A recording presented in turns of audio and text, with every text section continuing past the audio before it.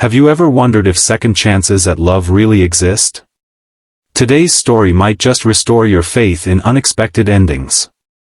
If this journey of heartbreak and hope resonates with you, don't forget to hit that like button and subscribe for more real-life stories that remind us all that sometimes, life's rejections lead us exactly where we're meant to be. Mark Winters stared at his reflection in the restaurant bathroom mirror, straightening his tie for the third time. At 42, he hadn't been on a proper date in nearly 5 years, not since Emma's mother had walked out, leaving him to raise their daughter alone. The Christmas decorations hanging from every corner of the upscale restaurant only amplified his anxiety. His sister had insisted this blind date would be perfect. She loves kids, Mark, and she's beautiful. Trust me. He checked his watch. Jessica was already 15 minutes late. Mark returned to his table, ordered another sparkling water, and tried not to look as uncomfortable as he felt. When she finally arrived, she was everything his sister had promised, elegant, with a winning smile and perfectly styled hair. But Mark noticed how her smile faltered when he mentioned Emma. "Oh, you have a daughter?" "How nice," Jessica said, her eyes darting to her menu. "Your sister didn't mention you were a father." The evening spiraled from there. Over dessert, Jessica finally admitted what Mark had suspected since her arrival. "You seem wonderful, Mark, truly. But I'm at a point in my life where I want to travel, build my career. I'm not looking to become an instant mom. I'm sorry." The rejection stung more than he'd expected. Not because he'd fallen for Jessica, they'd barely connected, but because once again, Emma was the reason someone wasn't interested. His daughter was the greatest joy in his life, but in the dating world, she seemed to be his greatest obstacle. Snow was falling as Mark trudged back to his car, Christmas lights twinkling mockingly from storefronts. He'd promised Emma he'd bring home a slice of chocolate cake from the restaurant. At 8 years old, she was already too perceptive. She'd know the date hadn't gone well. The bakery 2 blocks down was still open, its warm lights a beacon in the cold December night. As Mark pushed open the door, the bell jingled merrily, and the scent of cinnamon and chocolate embraced him. "We're closing in 5 minutes, called a cheerful voice from behind the counter. "But I promise we can find something sweet for you before then." The woman who emerged from the kitchen took Mark's breath away, not because of any conventional beauty, but because of the flour dusting her cheek and the genuine warmth in her eyes. Her dark curly hair was pulled back in a messy bun, and her apron was splattered with evidence of a day spent creating. "You look like you could use more than just a dessert," she said, studying his face. "Rough night?" Something about her open expression made Mark unusually honest. "Blind date. Turns out being a single dad isn't exactly a selling point." She rolled her eyes dramatically. "Some people have no vision."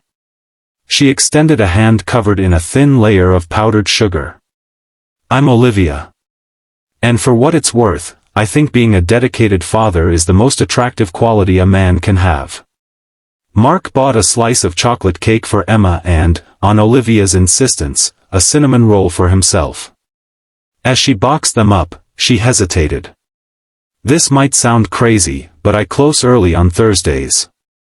If you wanted to sit for a few minutes and enjoy that cinnamon roll with some coffee, I wouldn't mind the company." That impromptu late-night snack turned into 2 hours of conversation.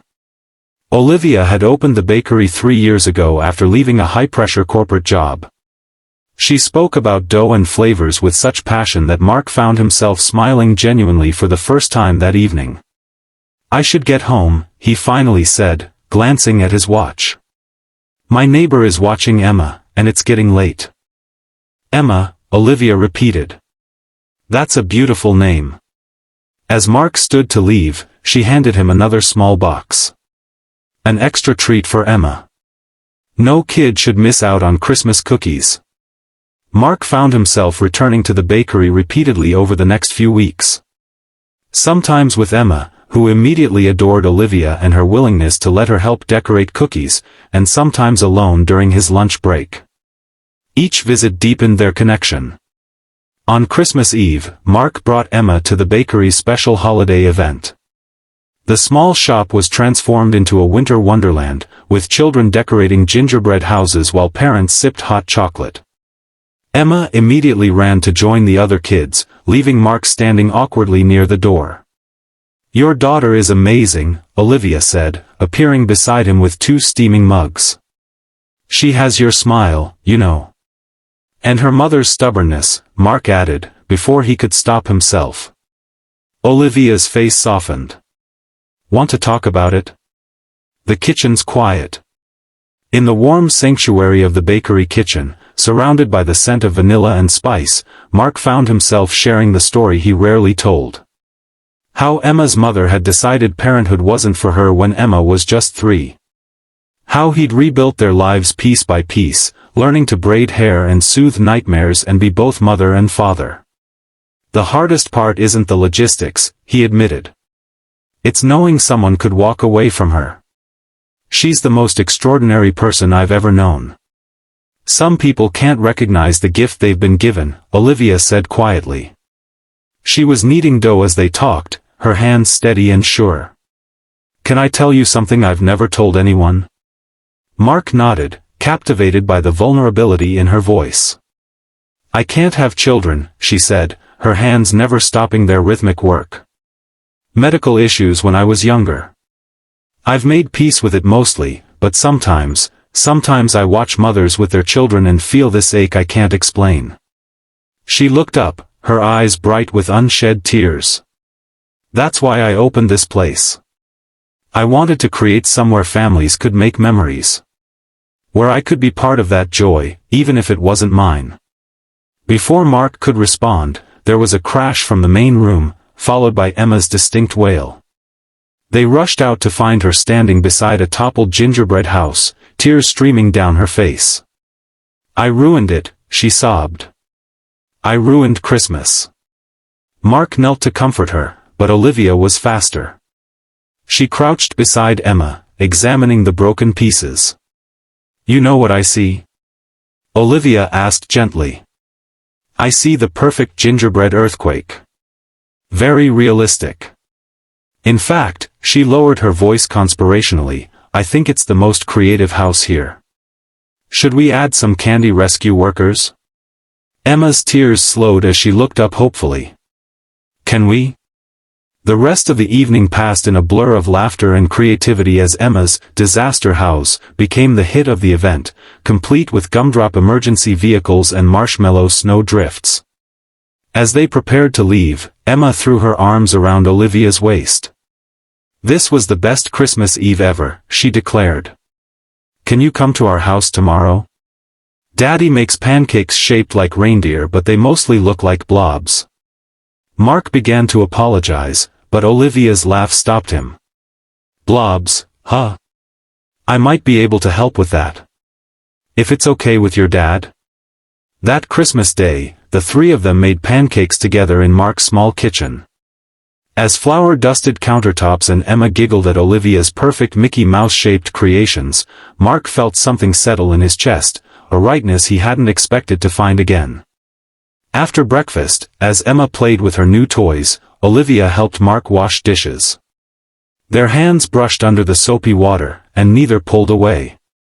"Thank you for including me today," she said softly. "This is the first Christmas in years I haven't spent alone in my apartment above the bakery." "Thank you for saying yes," Mark replied. "Emma adores you." "Just Emma?" Olivia asked, a teasing light in her eyes. Mark's response was interrupted by Emma running into the kitchen, clutching a drawing. "Look what I made." The crayon picture showed 3 stick figures holding hands, a tall one labeled Daddy, a small one with pigtails labeled Me, and a medium-sized one with curly hair labeled Our Olivia. In the silence that followed, Emma looked between them anxiously. "Is it okay? I know you're not really our Olivia yet." "Yet?" Olivia echoed, her voice catching. Emma nodded seriously. "Daddy looks at you the way Princess Tiana looks at Prince Naveen after they're not frogs anymore. So I figured it's just a matter of time." Mark felt his face flush as Olivia's delighted laughter filled the kitchen. Later, after Emma had gone to bed, they sat on the couch with mugs of hot chocolate, the Christmas tree lights casting a soft glow. "I should apologize for Emma's assumption," Mark began. "Don't you dare," Olivia interrupted. "That drawing was the best Christmas gift I've ever received." She hesitated, then added, "I know we've only known each other a few weeks, but this feels right," Mark finished. "It feels right." Olivia set down her mug and turned to face him fully. "Mark Winters, I'm not proposing marriage here, but, can you be my family? Can you and Emma be mine, and I'll be yours? Can we see where this goes together?" Mark's answer was a kiss that tasted like chocolate and possibility. 1 year later, on Christmas Eve, the bakery hosted its annual gingerbread event. This time, Mark didn't stand awkwardly by the door. Instead, he moved confidently through the crowd, stopping to help a young boy repair a broken roof piece. Olivia watched from across the room, Emma beside her arranging cookies on a display. The diamond ring on Olivia's finger caught the light as she waved to Mark. "Do you think anyone will make a disaster house like mine?" Emma asked, now 9 and significantly taller. "I hope so," Olivia replied. "That's how our family started, remember? With a beautiful disaster."